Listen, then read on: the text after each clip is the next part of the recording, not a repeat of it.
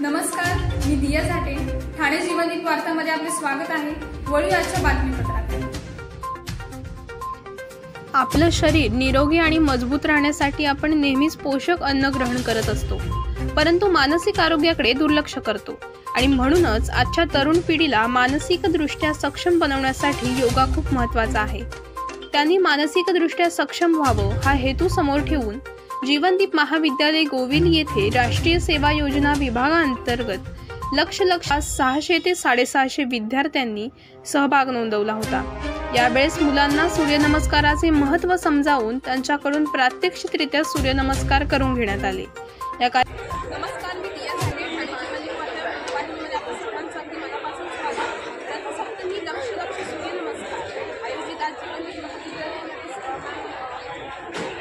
लहान मुलांपासून अगदी मोठ्यांपर्यंत आपण सूर्यनमस्कार करून या प्रोग्रामच्या माध्यमातून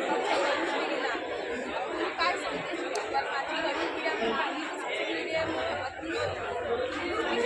जाताना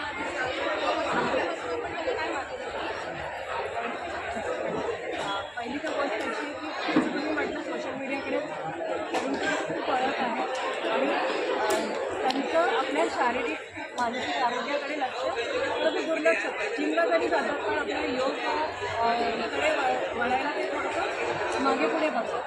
म्हणून त्यांच्या याच्या प्रती थोडीशी जागरूकता निर्माण करण्यासाठी त्यांच्या स्वास्थ्यासाठी चांगल्या आरोग्यासाठी आम्ही हा एक छोटासा आमचा प्रयत्न आहे. जसं सूर्यनमस्कार का सूर्यनमस्कार एक सर्वांत सुंदर व्यायाम आपण म्हणतो.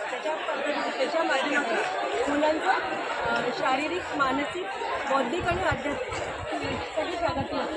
त्यामुळे आम्ही सूर्यनमस्कार मुलं खूप इंटरेस्टनं करतात. त्यामुळे त्यांना योगकडे वळवायचं तर डायरेक्ट आपण जर त्यांना म्हटलं की तुम्ही योग करा, तुम्ही करणार सूर्यनमस्कारच्या पद्धतीने आम्ही त्यांना थोडंसं मार्गदर्शन करतो की योगाचं महत्त्व सांगतो. योगाचं महत्त्व आपले माननीय प्रधानमंत्री मोदीजी ते सांगतात आहे हर घर योग.